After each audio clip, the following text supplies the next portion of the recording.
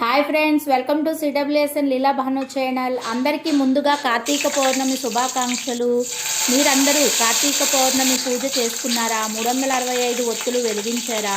చాలామందికి కార్తీక నోములు ఉంటాయి కదా. మీ ఎవరికైనా సరే కార్తీక నోములు ఉంటే కామెంట్ చేయండి. మాకైతే కార్తీక నోములు లేవు, అయినా సరే మేము పూజ చేసుకుని ఉపవాసం అయితే ఉంటున్నాము.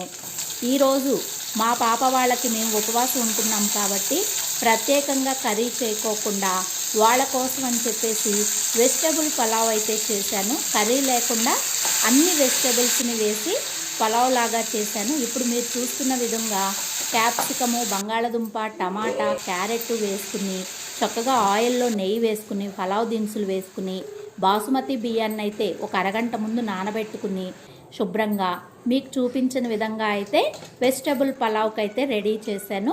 వీడియో నచ్చినట్లయితే లైక్ చేయండి, షేర్ చేయండి.